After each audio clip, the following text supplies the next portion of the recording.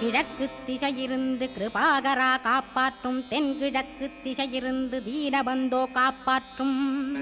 தென் திசையிலும் என்னை திருவருளால் காப்பாற்றும், தென்மேற்கிலும் என்னை திரள்வேலால் காப்பாற்றும்,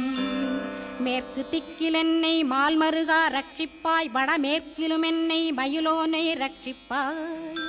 வடக்கில் என்னை காப்பாற்ற வந்திடுவீர் சத்குருவாய், வடகிழக்கில் எனக்காக மயில் மீது வருவீரே,